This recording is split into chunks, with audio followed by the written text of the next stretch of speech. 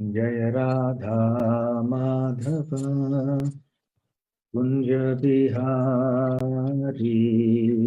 Jaya Radha Madhava Kunja Bihari. Jaya Radha Madhava Kunja Bihari. Radha Madhava Kunja Bihari. Jaya Gopi Jana Vallabha Girivaradhari.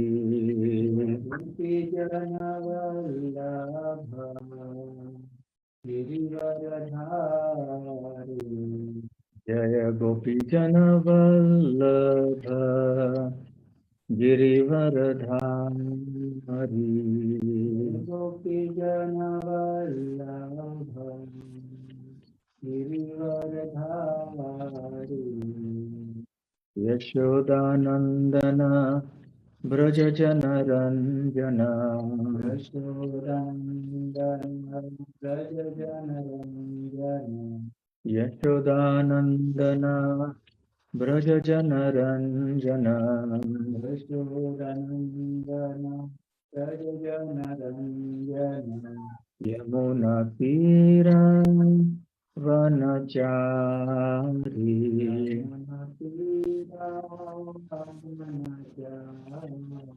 Yamuna Tira Vanachari.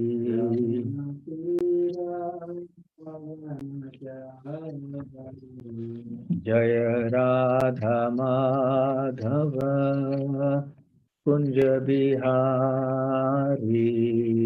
Radha Madhava Kunja Bihari.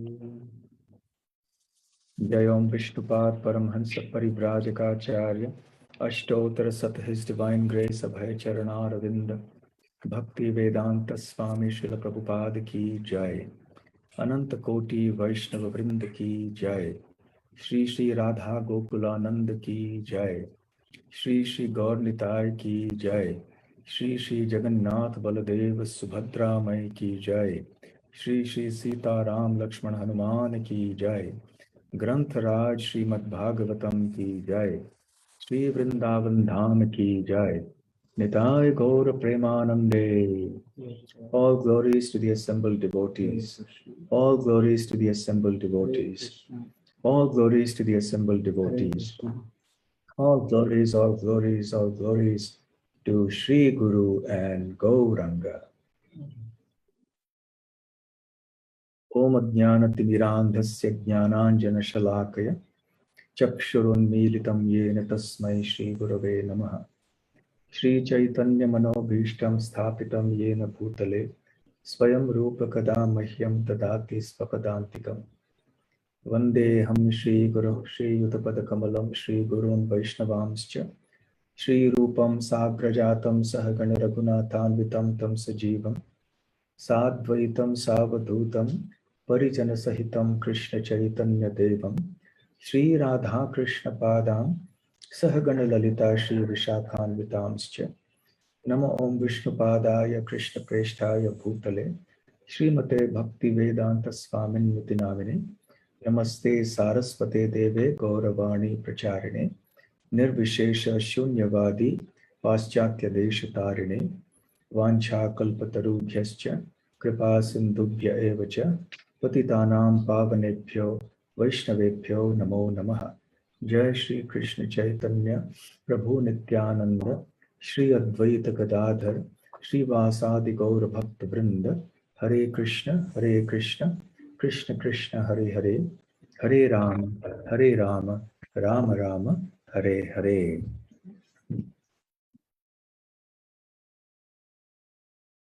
Hare Krishna.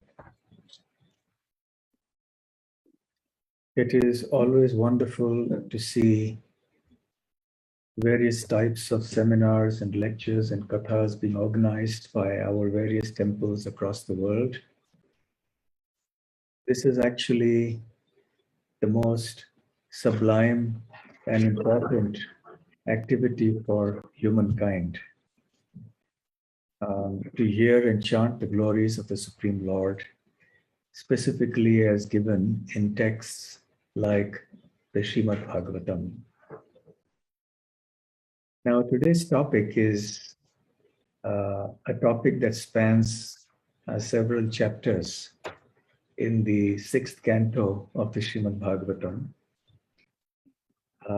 I divided into two parts, and I'll be covering only the first part because it won't be possible to cover everything.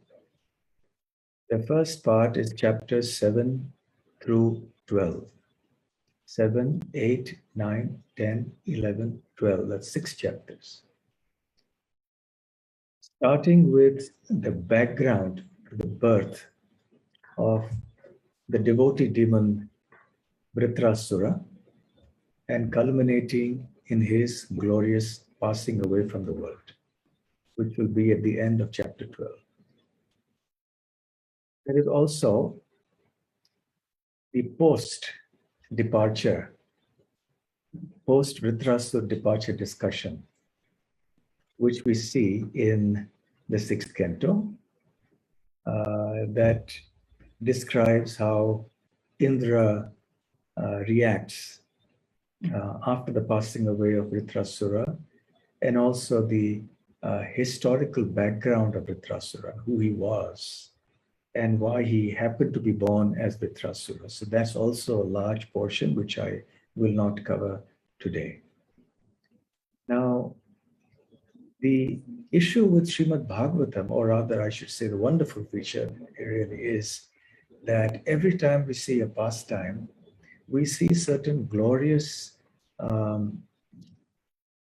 we say, features of the Supreme Lord, his devotees, and devotional service being manifested. Any pastime that we discuss can be analyzed and understood in so many beautiful ways. And so also with this pastime about Vritrasura. So let's start with a summary narration of these 6 chapters, and I will intersperse that narration with a few comments that will illustrate the glories of the Srimad Bhagavatam and its main purpose, which is pure devotional service. So we see in chapter 7 of Canto 6 that Indra, being puffed up with his position as the king of heaven, has offended his spiritual master, Brihaspati. Brihaspati has walked out of Indra's court,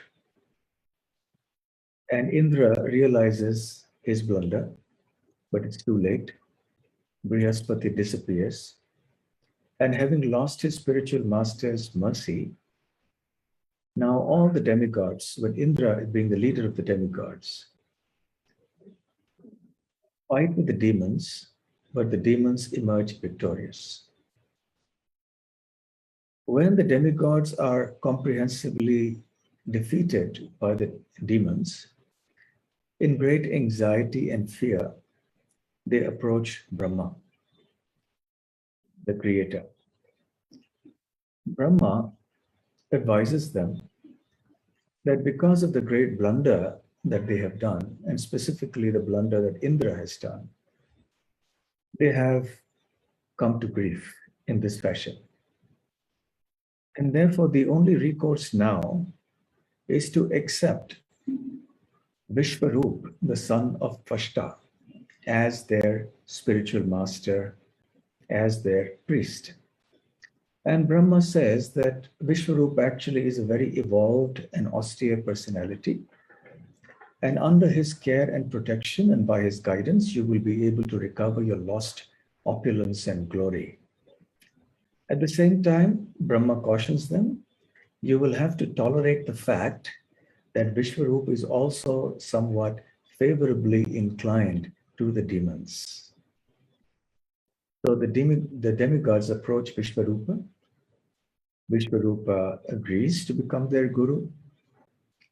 And Vishwarup had in his possession a mantra, a protective mantra called the Narayan Kavacha mantra, the origin of which we will um, talk about briefly as we go along in this. So he spoke this Narayan Kavach. Kavach means a shield. So generally, mantras form some kind of a kavacha. They are protective in nature. Especially, they offer spiritual protection, but there are some mantras that are also chanted for material protection. So there are many such protective mantras that we have, Narasimha Kavacha, Narayana Kavacha, and so on. So Vishwarup spoke this protective mantra to the demigods, and specifically to Indra. As devotees of the Supreme Lord in the path of Sri Chaitanya Mahaprabhu, we understand that the Hare Krishna Mahamantra is sufficient. Although we may sometimes chant other mantras as well, of course we do, especially the Gayatri mantras, the Pranam mantras, and so many other mantras which are given in the Bhagavatam and other scriptures.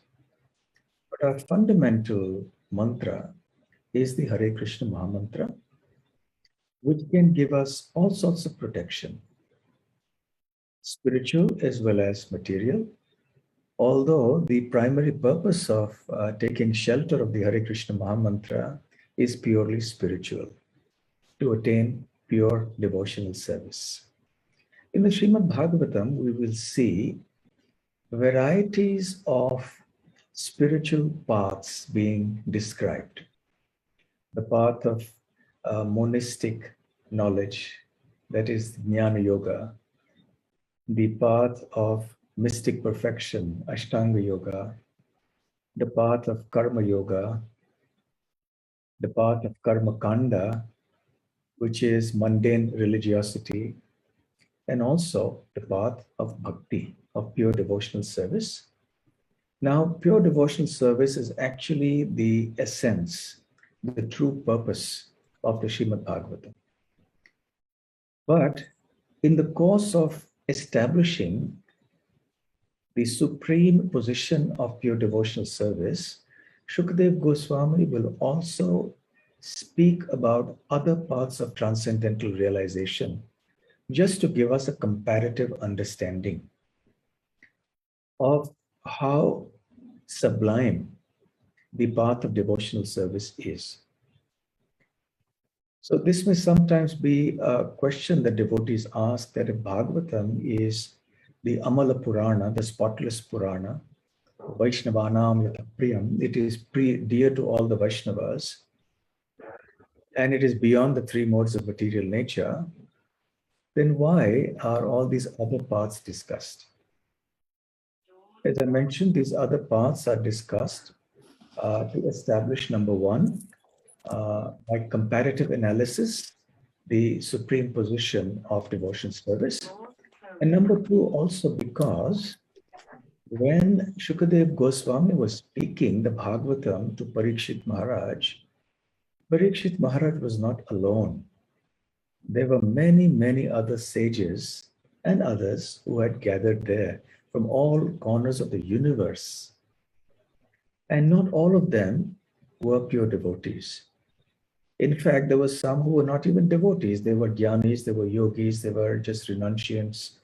So when Shukadev Goswami spoke, he also had to have an inclusive approach in a way that he could bring all these people of diverse philosophical dispositions on board and then gradually uplift their understanding and consciousness to accepting the process of devotional service as being supreme. And this takes up the whole first 9 cantos. Of course, Shukadev Goswami starts speaking from the second canto. And then when he comes to the 10th canto, then he comes to the summum bonum of devotional service, which is the mood of Vrindavan. And then after that, Krishna's pastimes in Mathura, in Dwarka, and so on. And the 12th one, finally. So even when Shukadev Goswami speaks about devotional service, he makes an important distinction between two types of devotional service. One type is devotional service that could be called mixed, which is motivated by some form of material desire. It is not 100% pure devotional service. And the second type of devotional service is the sublime, pure, 100% pure devotional service, which is completely selfless.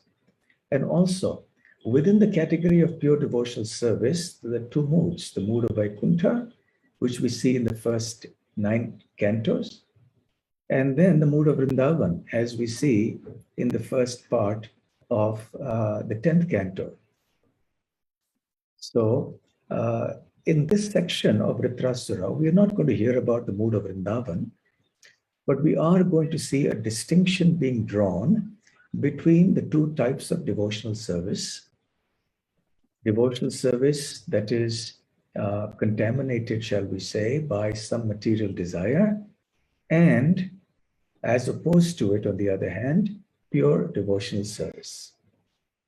So as devotees of the Lord who are aspiring to move from category 1 to category 2, which means from mixed devotional service to pure devotional service, this discussion will be particularly important. So in any case, because Narayana Kavacha is for our protection of the body and so on, it's fine because it's in relation to the Supreme Lord, so it's okay. And after all, it is there in the Srimad Bhagavatam, so there is certainly no harm in chanting it. It is all glorious. At the same time, the devotees surrender utterly to the holy names, which are essentially a form of address to Radharani and Krishna, the Hare Krishna Mahamantra. And we are satisfied with that. So having completed the 7th chapter, in which concludes with Vishwarup, having given the Narayana Kavacha protective mantra to Indra and the demigods, the 8th chapter begins, which is titled the Narayana Kavacha Shield. Now, Parikshit Maharaj, having heard about this Narayana Kavacha at the end of the 7th chapter, now wants to know exactly more about it. What exactly is this mantra?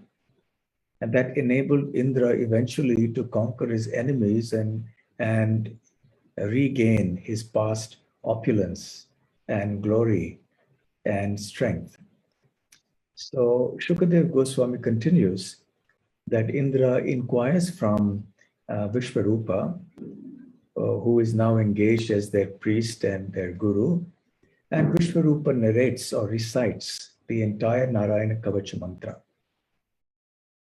And having been strengthened and protected by this mantra, protective armor, the spiritual protective armor of Lord Narayan, as given by Vishwarupa, the demigods are now emboldened, inspired, and they go out to fight. And they fight with the demons and they emerge victorious. And thus they once again regain the suzerainty over the 3 worlds. Now, it so happens, so this completes the 8th chapter. The Narayana Kavacha mantra has been spoken, the demigods have utilized it, and they have fulfilled their purpose, which was to defeat the demons and regain their property back and their ownership, etc. So now in the 9th chapter, which is entitled Appearance of the Demon Vritrasura, we hear about the activity of Vishwarupa in performing certain sacrifices. And he would offer oblations into the fire. And he made it for the benefit of the demigods, because after all, he was their spiritual master now. At the same time, unbeknownst to the demigods, he was also keeping a certain portion of the offerings for the demons. Now, it so happened that Vishwarup was related to the demigods through his father, and he was related to the demons through his mother. So he was related to both these categories.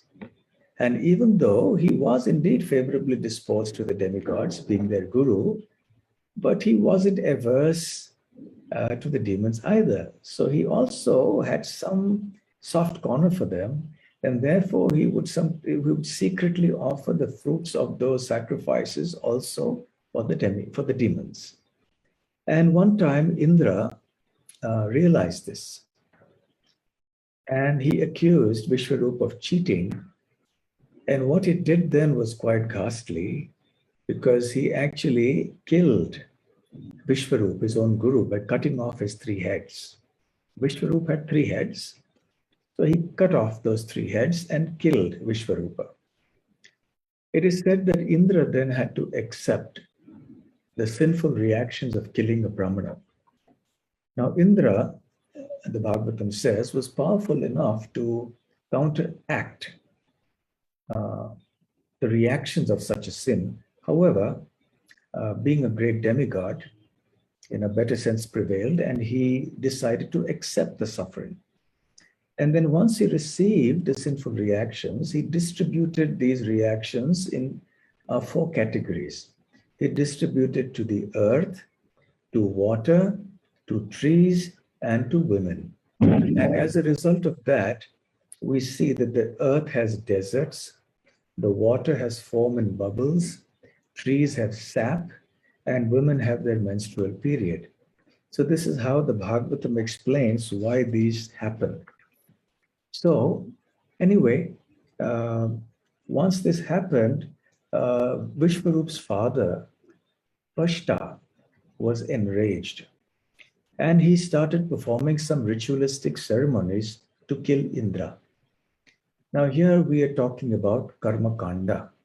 Karma Kanda, as we all know, is that section of the Srimad Bhagavatam, or I beg your pardon, of the Vedic teachings that deal with the performance of certain ritualistic activities meant for fulfilling certain specific types of material desires. And this is naturally not devotional service at all. And the message is that.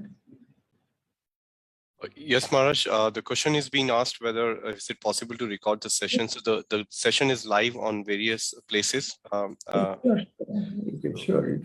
I will also record it here. Yes, Maharaj. No problem.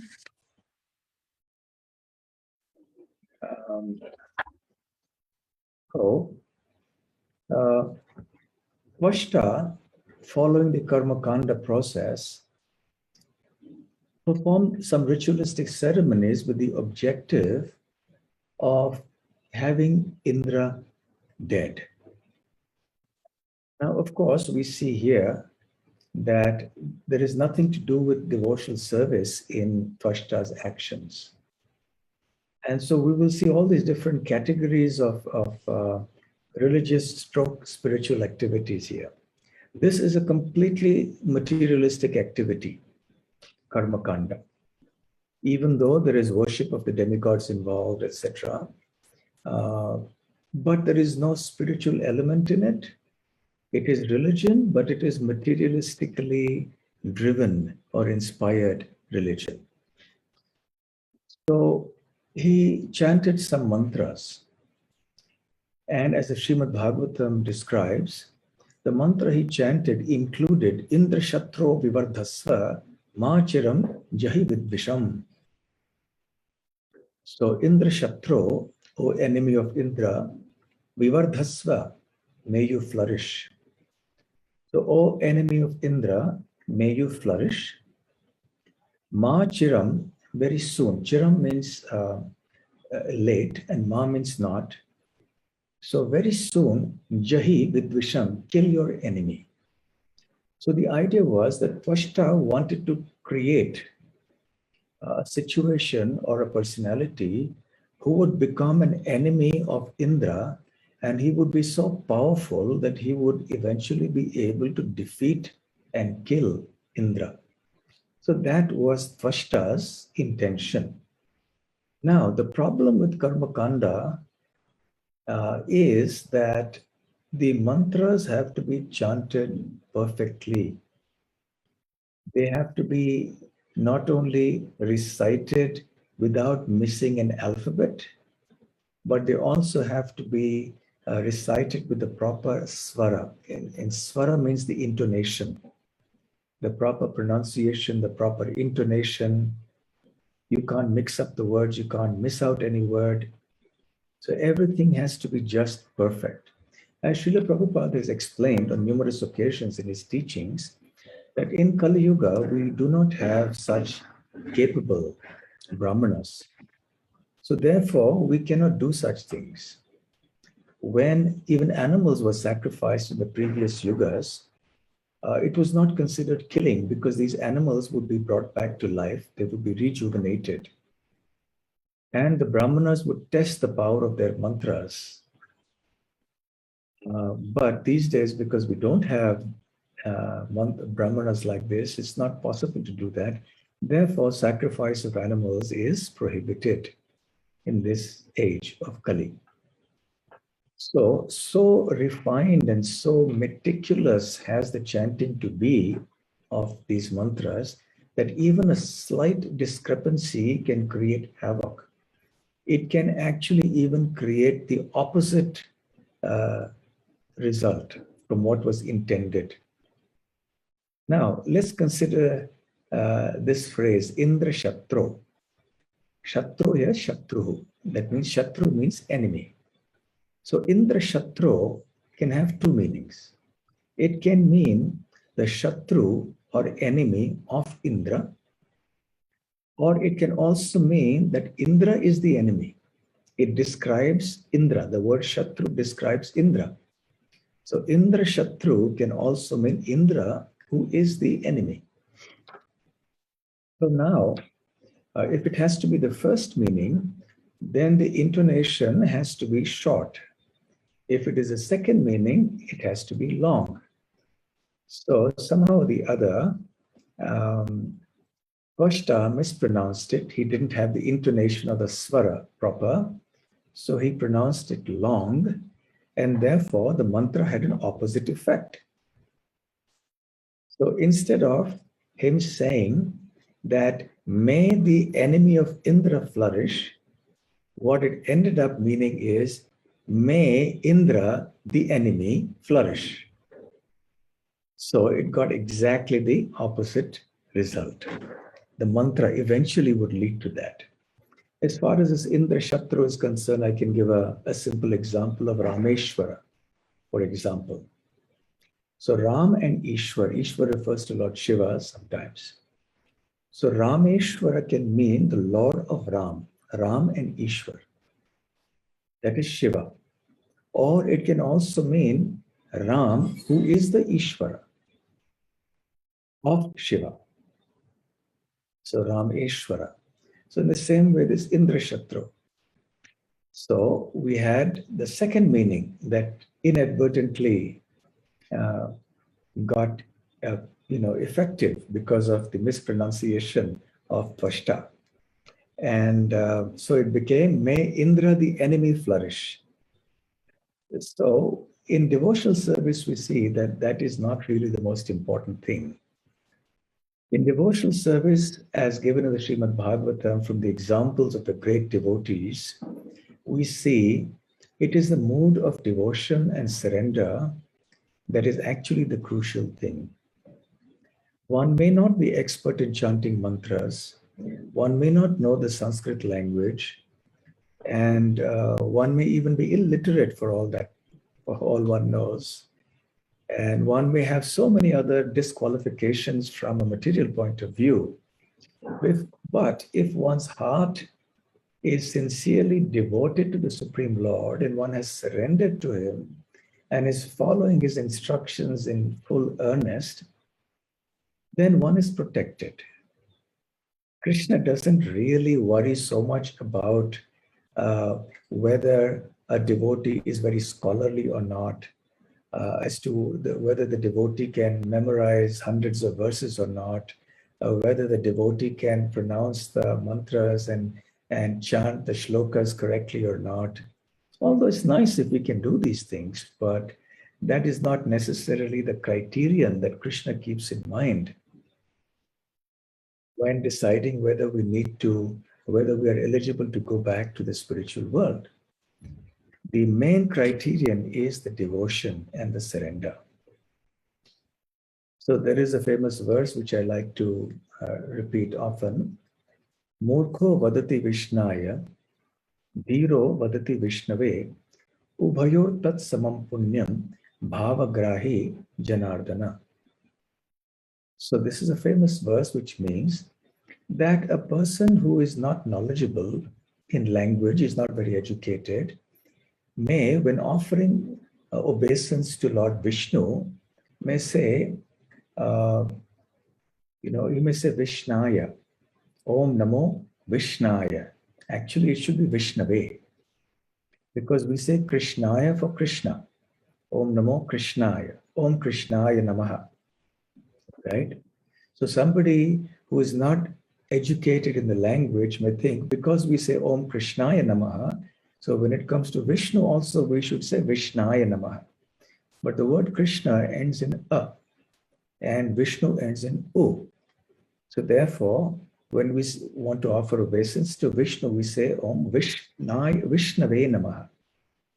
So here in this verse it says that an uneducated person must say Vishnaya, which is wrong. Dhiro vadati Vishnave, an educated person must say Vishnave, which is the correct form of address grammatically. Ubhayor tat samam punyam. But if both of them are devotees of the Supreme Lord, then the transcendental benefit that they get will be equal. Why so? Bhavagrahi Janardana, because Lord Krishna or Janardhan accepts the bhav or the mood of devotion of that devotee. So whether one is educated or not educated, whether one can pronounce the Sanskrit properly or not, it doesn't really matter at the end of the day. So although one should try to recite properly and correctly, because that's what devotion means, that we sincerely do everything we're doing for Krishna as well as possible. So anyway, that risk doesn't exist for devotees. So we see the calamity that befell Pashta, calamity in the sense that he got exactly the opposite to what he had intended to obtain.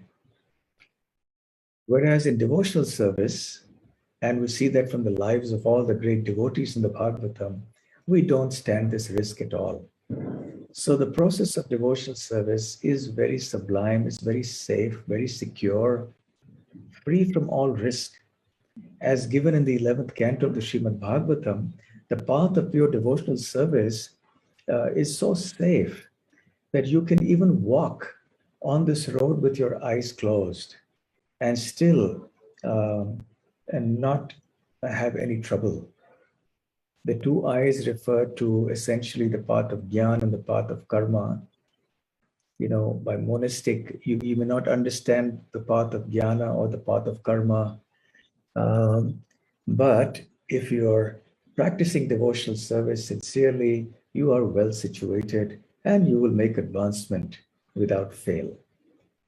So anyway, now that Kashta had offered oblations into the fire whilst chanting the mantra incorrectly, not known to him, a gigantic demon originated from the fire. The Srimad Bhagavatam elaborately describes the fearsome and terrifying appearance of this demon. And it seemed that he was covering all the planetary systems. He was so huge. Remember, this happened in the higher planetary systems. And because he covered all the planetary systems, he was called Vritra, which means one who covers everything. Now, the moment Vritrasura emerged like that, so terrifying in appearance, the demigods understood that he had been created to actually destroy them. So they took up arms and attacked Vritrasura. But Vritrasura immediately swallowed all their weapons, and the demigods were completely defeated. Once again, being very dejected, they approached Lord Vishnu this time, hoping to get some benediction from Lord Vishnu that Vritrasura would be killed. Vritra was his name, and Asura because he was a demon, so Vritrasura. We find this with all the demons, Dhenukasura, Pralambasura, yes, Aghasura, etc. So the word Asura is added to their name, whatever it may be. So the demigods offered prayers to Lord Vishnu. Lord Vishnu, being pleased by their prayers, appeared before them. And he said, "My dear demigods, I'm very pleased with you for the prayers that you have offered." But the Lord also indirectly, as Srila Prabhupada explains in the purport there, indicated that he wasn't really so happy. So he was pleased, but his pleasure was not really heartfelt. Why so? Because the prayers of the demigods were tinged substantially with materialistic motives. So the Lord said later that a pure devotee does not ask for anything except opportunity to serve me. In this way, what the Lord was trying to tell the demigods is, okay, you have worshipped me and you have offered prayers to me, which is fine, so I'm pleased by that. But actually, if you really want to please me, then you must only ask for opportunity to serve me and my devotees, of course. So asking for anything materialistic is not something that truly pleases the Supreme Lord. So actually, Srila Prabhupada mentions here, this is the difference between pure devotees and mixed devotees. So even though the demigods are devotees of the Lord, but many of them, if not most of them, are not pure devotees. So they tend to ask for some material benediction, especially, the usual suspect is Indra, the king of the demigods. And Indra's name appears so frequently in this regard. So Indra is understood to be a mixed devotee. He's very exalted. He's in a very high position. But time and time again in the Srimad Bhagavatam, whether it is in this particular pastime of Vritrasura, or whether it is in the pastime of the Govardhan Hill, in so many other pastimes, Indra somehow or the other doesn't come across very well. So his materialistic motivation is one recurring theme that comes up through the Srimad Bhagavatam. So even though Indra is a devotee, but he's not a pure devotee. So therefore the Lord's pleasure is also mixed. To the degree our devotional service is mixed with materialistic motives, to that extent the Lord's pleasure with our devotional service will also be mixed. There'll be some pleasure because there is a portion of our consciousness which is pure, but he also regrets the impure portion of the consciousness when we offer those prayers.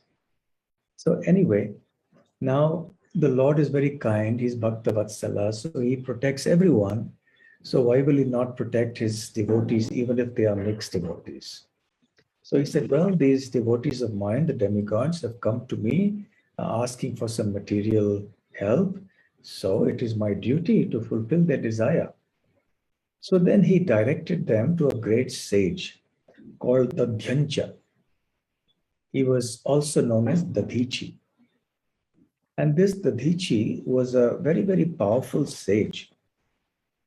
And he had got this Narayana Kavacha mantra. And because of which his body had become extremely strong. And he had given this Narayana Kavacha mantra to Tvashta. Tvashta in turn had given it to his son, Vishwarup. And that is how Vishwarup was able to give this mantra onwards to the demigods. So Lord Vishnu instructed the demigods that they should go now to sage Dadhyanja or Dadhichi and request him to give his body in charity to them. And then the demigods were to fashion or make an invincible weapon, a thunderbolt weapon from the bones of sage Dadhichi's body. Now, all this can sound pretty extraordinary, uh, but in those days, these things did happen. It was possible for these events. Remember, this is an event from bygone ages, from many, many millions of years ago. So anyway, so the Lord continued and said, Dadhichi will happily give you his body. And when you fashion the weapon from his bones, then by my spiritual potency, you will be able to emerge victorious in your battles with the demons. And even though Vritrasura will be able to, he has the power to control the three worlds, he will actually not do you any harm. And please know that he's actually my great devotee and he will never be envious of you. So here was something that of a contradiction, because we see the word devotee and demon as being two contradictory and opposing words, which indeed they are, as defined by Krishna in the Bhagavad Gita. However, sometimes we see that people born in a demoniac family, and therefore we can say that their body is demoniac, develop the mentality of pure devotees and they become pure devotees. The most prime example that comes to our mind is Prahlad. Even though he was born in an Asura family, but he was a pure devotee.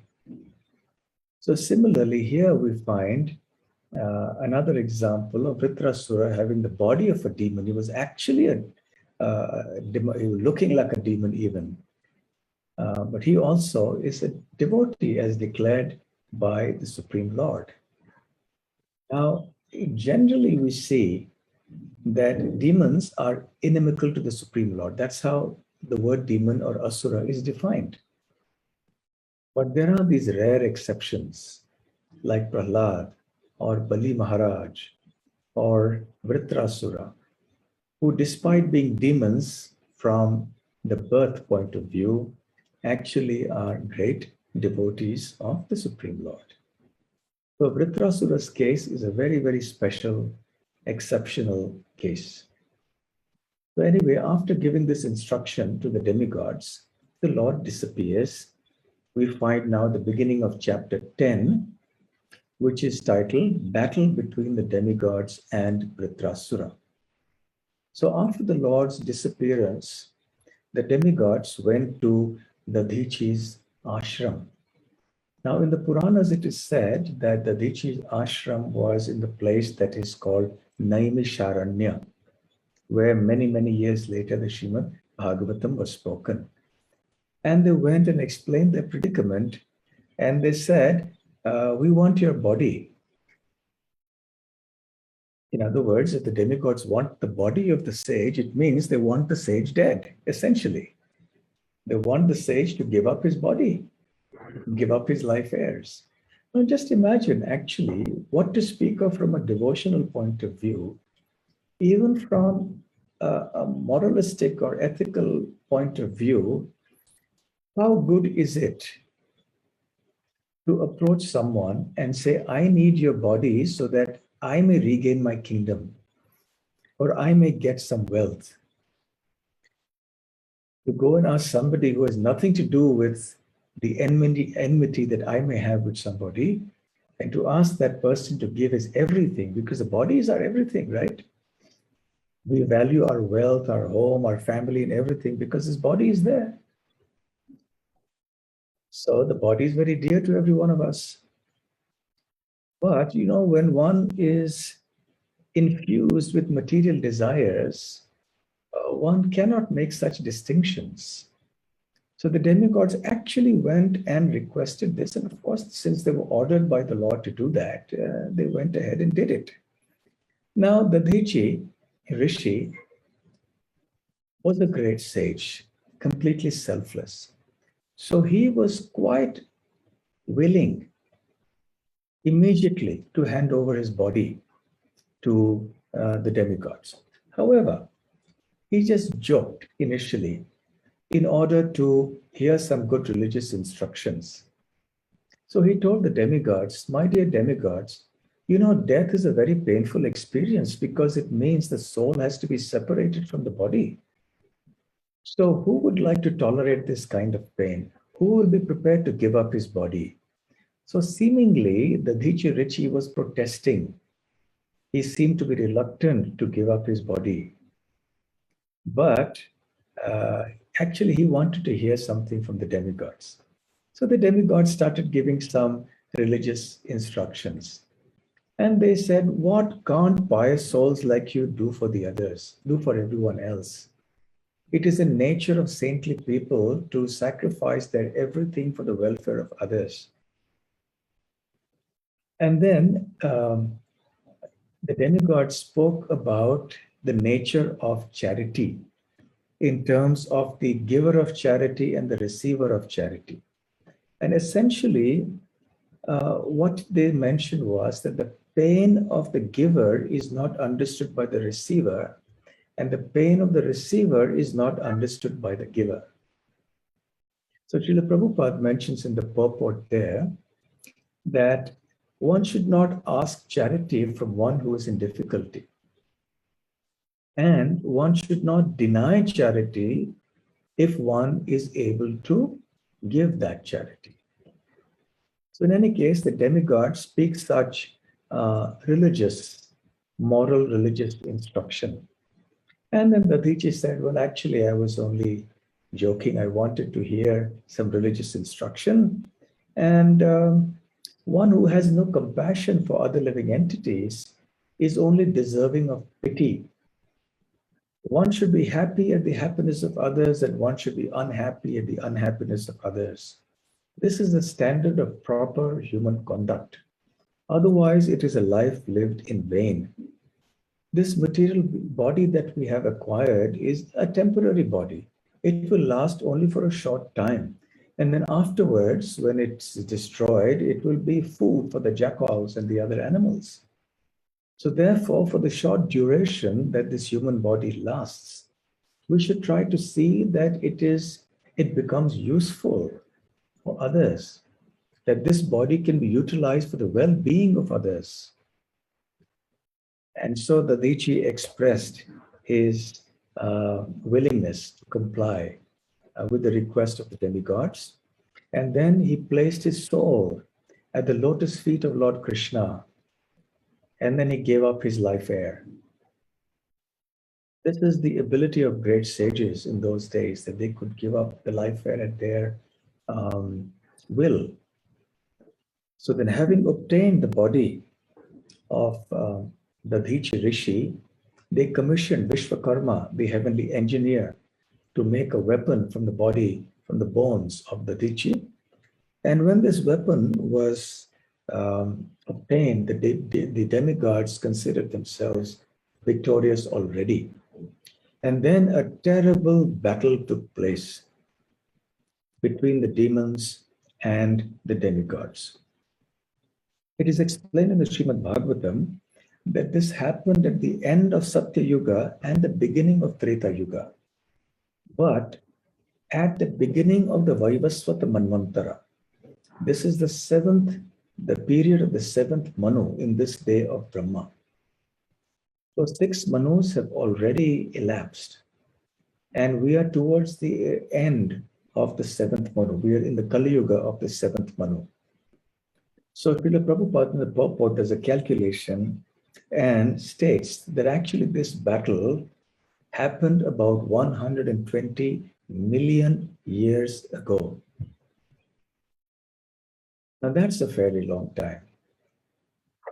Now, in our history books in school and college, we study of events that happened only in the recent past. And by recent past, I mean not more than a few thousand years at the most. Because modern historians say that recorded history is available only till then, or empirical evidence is available only for events that happened in the last few thousand years. But actually, from the devotee's point of view, we don't accept that because we say that recorded history is indeed available. The Puranas, like the Srimad Bhagavatam and the others, are recorded histories from bygone ages. And many of the pastimes that are narrated there pertain to eras that are as far back as 120 million years ago, and even beyond that. It is also stated in the Srimad Bhagavatam that this happened on the bank of the Narmada River. And Srila Prabhupada clarifies there that there are 5 celestial rivers which are present on the earth, and they're also present in the higher planets: Ganga, Yamuna, Narmada, Kaveri, and Krishna. So these 5 celestial rivers are present on earth, and they're also present in the higher planets of the universe. So when it is said in the Srimad Bhagavatam that this battle happened at this point in time on the bank of the Narmada, it refers to the celestial Narmada in the higher planets. The demons were led by Vritrasura. However, the demigods were so powerful that the demons scattered and they began to flee. And seeing his commanders fleeing, Vritrasura began to rebuke them and taunt them and inspire them to fight. And he said, "My dear commanders of the Asura army, please know that we must all die one day. But it is important that we should die a glorious death. And there are 2 kinds of glorious deaths.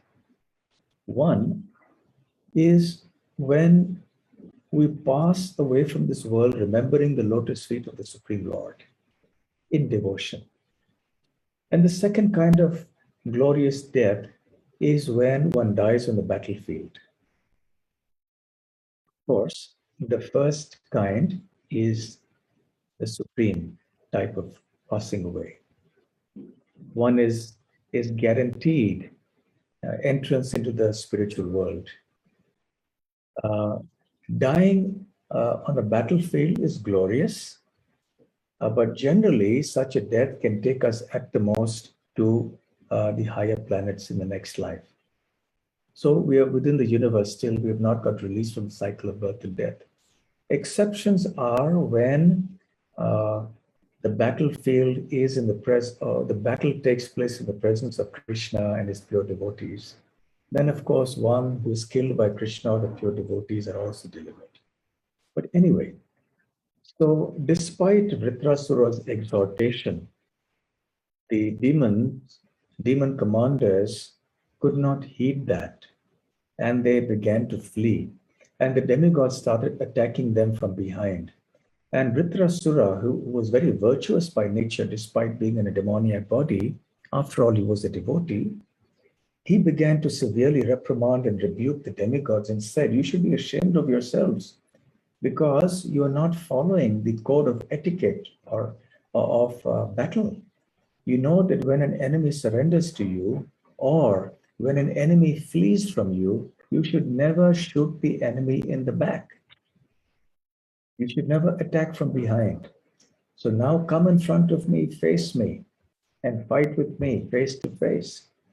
And when Vritrasura, who was huge in size, gigantic, and when he started fighting, all the demigods became terrified. As Vritrasura moved amongst the armies of the demigods, none of their weapons seemed to harm him at all. And he just trampled upon the multitudes of demigods with so much ease. And there was panic in the ranks of the demigod armies. At this time, Indra came forward as the commander of the demigod army, and he began to fight with Vritrasura.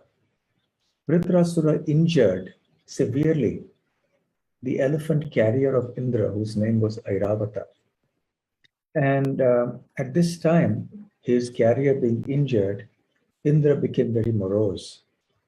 And at this time, following the etiquette of warfare, just see how refined it was, the culture.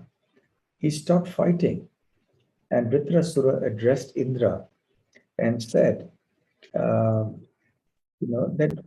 you are an abominable and shameless person because you killed my brother, and now I shall pierce your body with my weapons. As Indra was standing silently there, Vritrasura began to speak these words. And if you kill me, on the other hand, then I will offer my body for the benefit of all living entities. But actually, victory is meant for you. I am destined for defeat because you have come here to fight with me on the order of Lord Vishnu. And Lord Vishnu's instruction and desire can never go in vain. So I know that your victory is assured and I shall die. I shall be defeated. But actually, the fact is that I shall be freed from material bondage, and I will fix my mind on Lord Sankarshan, and I will attain the supreme destination. Vritrasura then, on the battlefield, as Indra is standing morose, begins to glorify those devotees of the Lord who have utterly surrendered to him. And he repeats the point that the Lord had made to the demigods earlier, that the mercy of the Lord is obtained by unalloyed devotees alone, and not by persons who aspire for material gains. And now, Vritrasura begins to pray to the Supreme Lord. He says, my dear Lord, will I be again able to be the servant of your eternal servants who find shelter only at your lotus feet? I want to glorify you. That is my only desire. I don't desire Brahmaloka, Dhruvaloka, or any other form of material benefit or any other material destination. I do not even seek liberation from material existence. I only yearn to have the opportunity to serve you. And I'm eagerly expecting that opportunity, just as the baby birds in a nest who are too incapable of flying, they wait for the mother bird to return with food. I am also like that calf who is tired and who waits for milking time for the rope to be released so that it can go and then suckle its mother. So let me be fully attached to your lotus feet. Now, when he prays like this, the battle continues fiercely after that. Now, Indra has heard the prayers of Vritrasura. He has already heard from the Supreme Lord earlier that Vritrasura is a devotee, but now he sees with his own eyes and hears with his own ears the behavior, the demeanor, and the prayers of Vritrasura, and he's struck with wonder. So anyway, the battle continues, and Indra strikes Vritrasura with his thunderbolt weapon that was made from the bones of Dadichi. And he cuts off one arm of Vritra. And still, Vritrasura continues to battle. And Vajra drops. What happens is, as Vritrasura continues fighting with one hand, he somehow or the other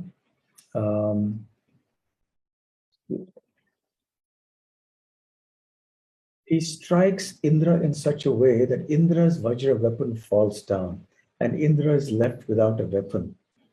And then from behind the clouds and from everywhere, the demigods are watching. They say, alas, alas, alas, now Indra has, lost his weapon.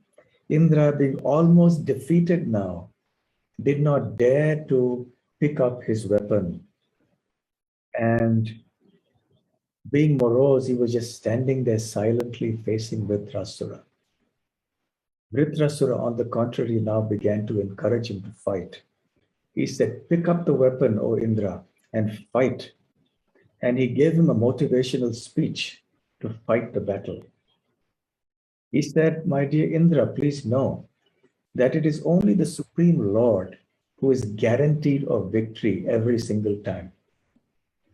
For us living entities in this material world, we are never independent. We are always dependent on the Lord and on the circumstances that the Lord creates and on the time factor. Therefore, sometimes we are victorious and sometimes we are not. So we should not lament." And then Vritrasura says, "Oh Indra, just look at me. I am already defeated by you."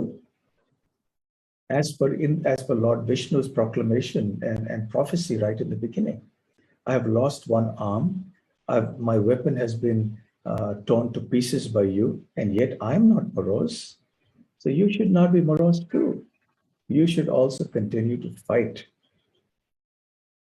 So then Indra now begins to appreciate the devotional qualities of Vritrasura. By the way, this is all in chapter 12 now. "I see, O Vritrasura, that you are a perfect devotee of the Lord.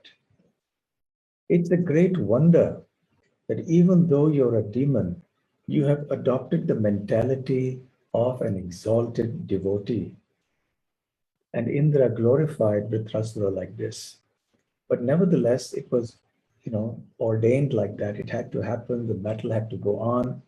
So then Indra continued to attack. He picked up his Vajra weapon and attacked Vritrasura. He cut off his remaining weapon and his remaining hand. This time Vritrasura swallowed Indra, and Indra went into his belly. But somehow or the other, because Indra was protected by the Narayana Kavacha, the protective armor of this mantra, he did not die. And then using his Vajra weapon, he cut his way through the belly of Vritrasura and emerged. Now, Srila Vishwanath Chakravarti Thakur mentions that actually Indra did not kill Vritrasura. Vritrasura voluntarily departed from his body. His life force had already left. He was placed in samadhi, in yogic trance. And when Indra was inside, he then was able to emerge from the body of Vritrasura because of this, by using his Vajra weapon. And then he proceeded to cut the head of Vritrasura. Even though the Vajra weapon was so powerful, it took 360 days, that is 1 year, for the weapon to cut off the neck of Vritrasura. So powerful and so hard it was it. And then when that happened, there was jubilation in the higher planets. And Shukadev Goswami describes that the soul of Vritrasura emerged from his body and it went back to the spiritual world to become an associate of the worshipable Lord of Vritrasura, who was Lord Sankarshan. As will be mentioned in the chapters after this, Vritrasura actually was King Chitraketu in his previous life, who had been cursed by Parvati to be a demon because she had considered that King Chitraketu had offended her husband, Lord Shiva. So in any case, Chitraketu Maharaj had accepted this curse with equanimity, and he offered his respectful obeisances to both Goddess Parvati as well as Lord Shiva, and then he took his birth as Vritrasura. So as Chitraketu, he was a pure devotee of Lord Sankarshan. And in the body of the demon, which was an exceptional birth for him, as a special circumstance arranged by the Lord to teach us so many lessons, Vritrasura remained a devotee. He advanced in his Krishna consciousness and eventually went back to the spiritual world. So the important lesson to learn here is that actually it was Vritrasura who was the victor. Even though apparently on the face of it, it appeared that Indra had emerged victorious in the battle, but the fact of the matter is that worldly victory and defeat are temporary. One may emerge victorious today, but one will lose the battle tomorrow. And eventually, when death comes, one will anyway be defeated. So, victory or defeat in the material world is all the same. It's all defeat. Real victory is to gain victory over birth and death, which Vritrasura achieved. So even though superficially it appears that Vritrasura was defeated in battle and he was the loser, but actually he was the gainer. Because he went ahead and joined the Supreme Lord Sankarshan in his pastimes in the spiritual world, and Indra remained behind here to worry about gain and loss and defeat and victory and the heavenly gardens in his planet Swargaloka, and to be in anxiety about preserving his position and his power and opulence. To have power and opulence is also a very troublesome thing, because then one is always absorbed in thoughts of how to protect that. When one doesn't have it, it's called, one hankers to have it. That's called yoga, which means to want to have more and more.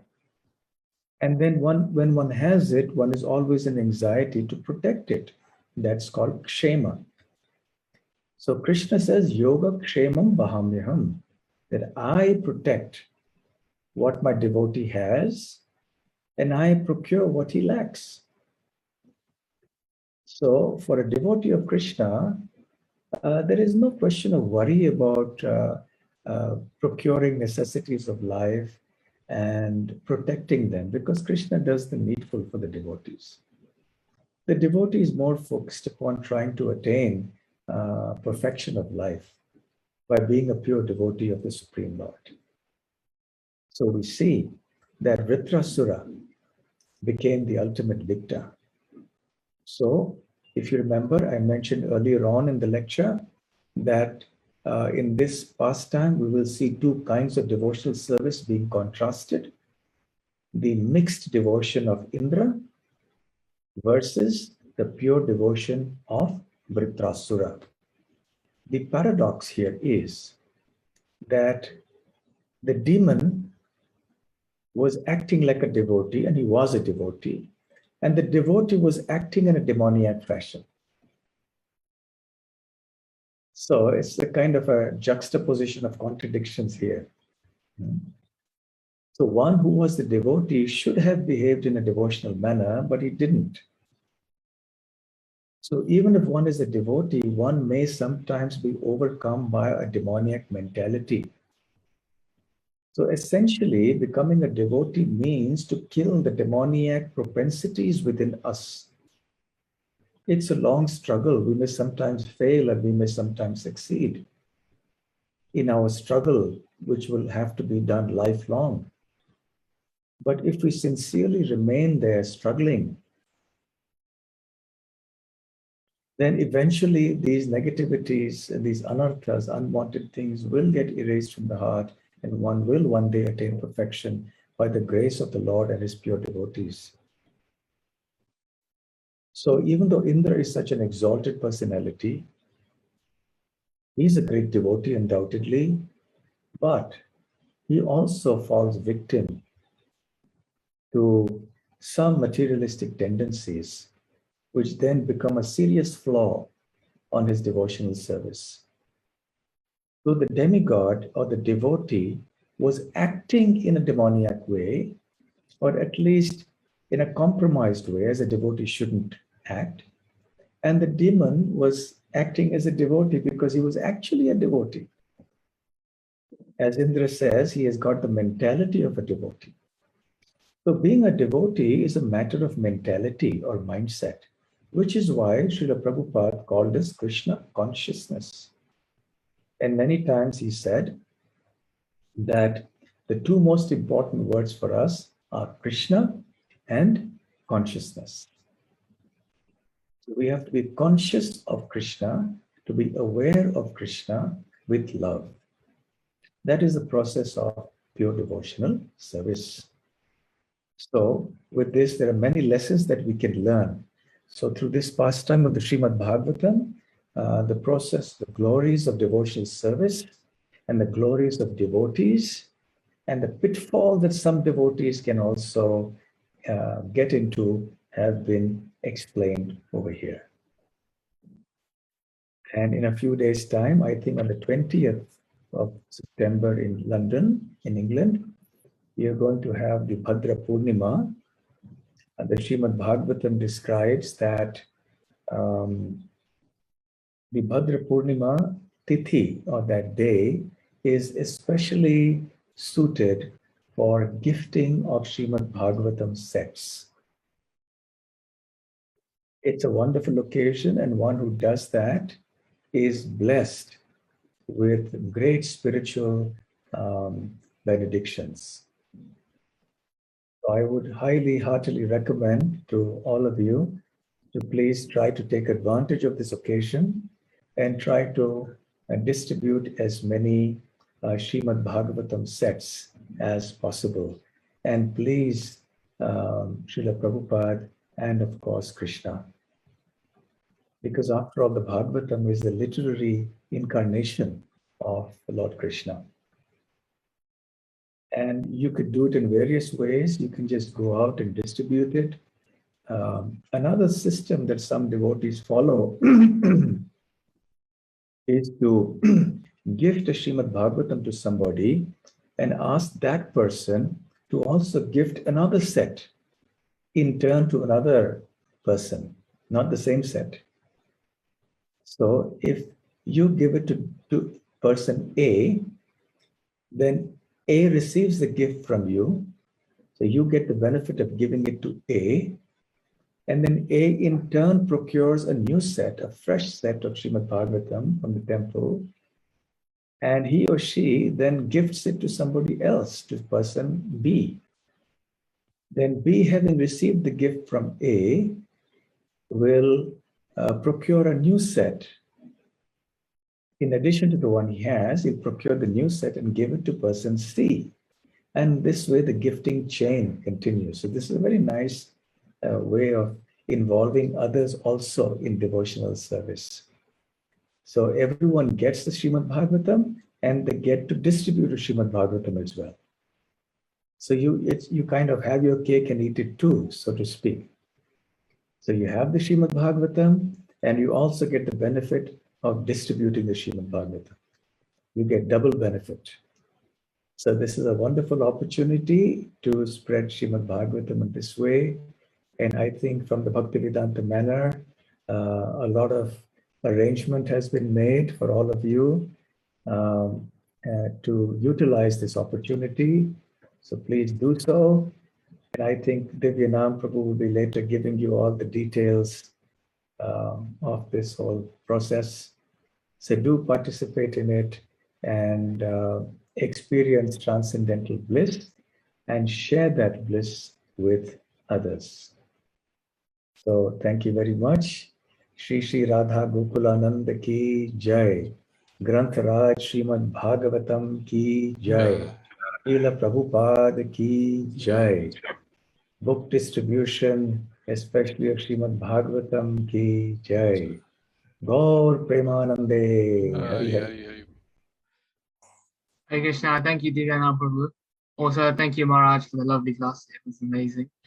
So we'll start off with a question from Tupala Prabhu. He says, I wanted to ask, why does Indra distribute his sinful reaction with the earth, trees, water, women, instead of taking all the sinful reaction for himself?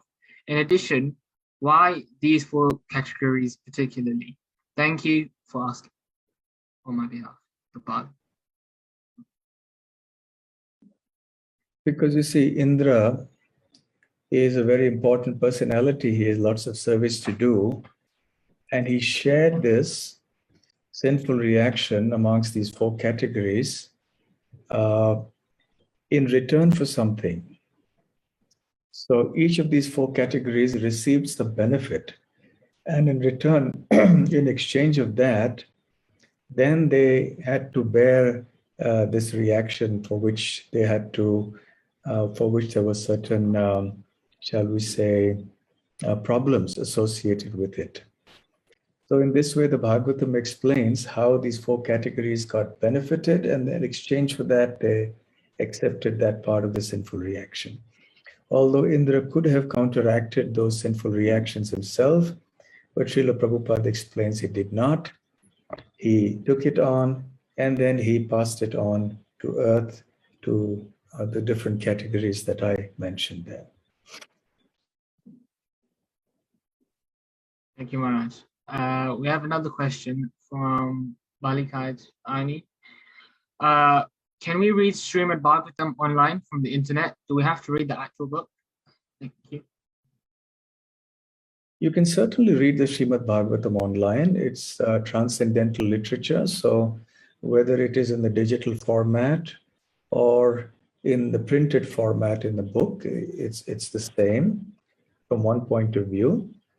At the same time, I would recommend that sitting with a physical book in your hand has its benefits. It has a charm, it has a certain presence, a physical thing that you can feel, and you can actually relate to it in a way that is very special.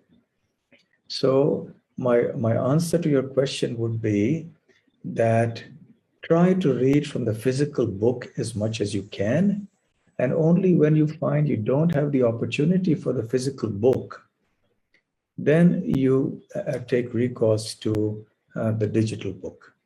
But if you have the physical book with you, it's always better to do it like that. Thank you, Maharaj. I don't think we have any other questions, but before we end off, anyone else on the call would like to ask Maharaj a question, please do send them on the chat. I think we'll just wait a minute just to see if anyone has questions.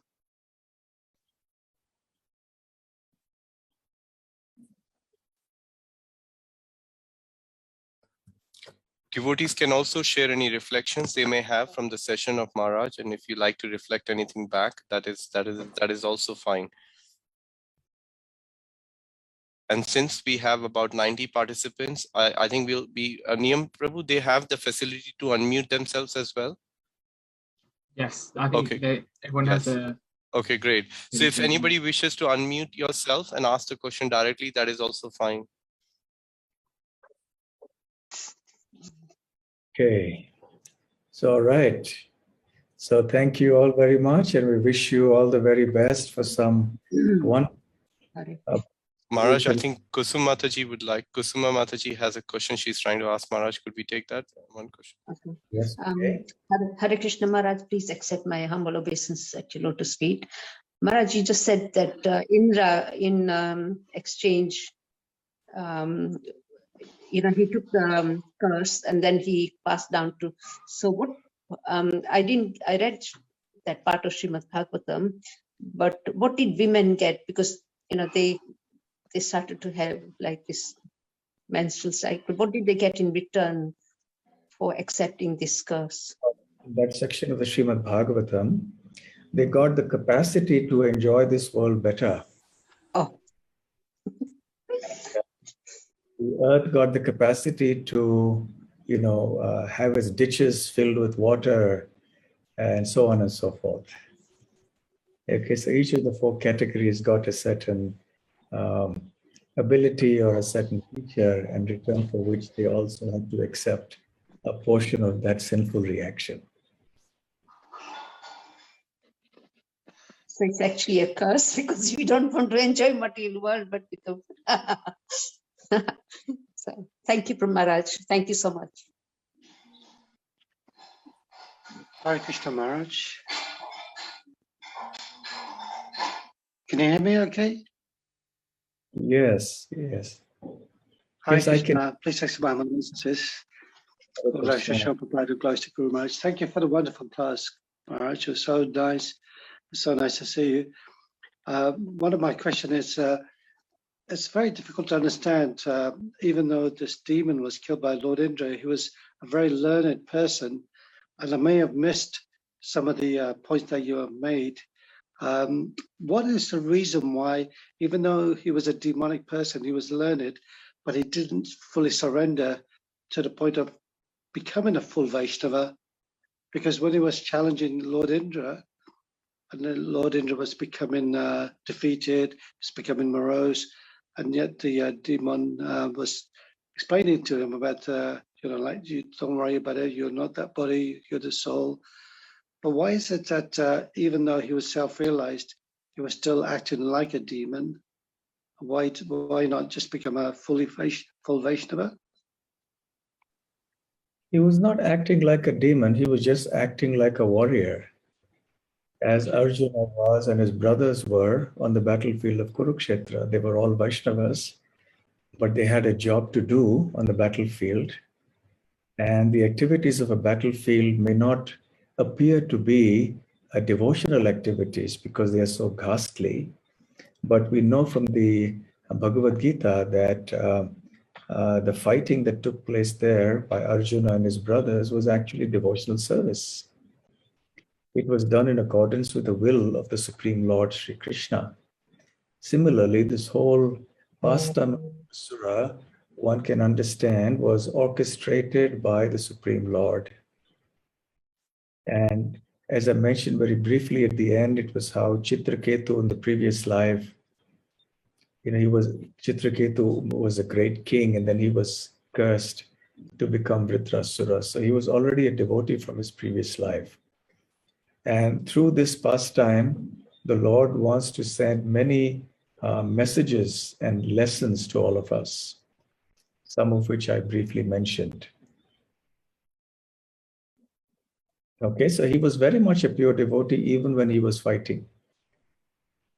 Thank you so much. That's the whole plan. Thank you, Krishna Govind Prabhu. I'd like to thank Maharaj. It's quite late in the evening there in India, Maharaj.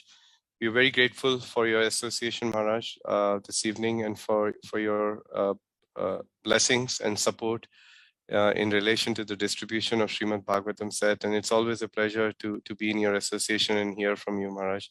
So thank you once again on behalf of Bhaktivedanta Manor, School of Bhakti, and the Sankirtan department here.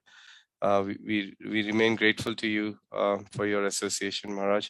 We'd like to request you to make any concluding instructions or points or prayers for us so we can continue to read Srila Prabhupada books daily, if possible, and try to live by them and distribute them, Maharaj. So kindly give us your blessings, Maharaj.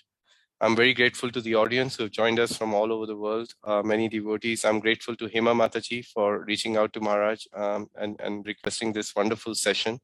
Grateful to Niyam Prabhu for being on the call for coordinating this wonderful session. And many other devotees who've been helping us. Mukunda Hari Prabhu has been monitoring Facebook page at Bhaktivedanta Manor. And many other devotees across the community have been very instrumental in putting this event together and also working tirelessly to please Srila Prabhupada. So I'd like to request you, Maharaj, to give us some concluding instructions. Nityam Bhagavata Sevaya. As the Bhagavatam itself says, that we should try to study Srimad Bhagavatam on a regular basis, daily basis, in addition to our chanting of the holy names. So we should just take that a little seriously and do it well, and then share it with others. Okay, so thank you all very much, and best wishes to everyone. Have a wonderful festival of distributing Srimad Bhagavatam. Thank you, Srila Prabhupada ki Jai.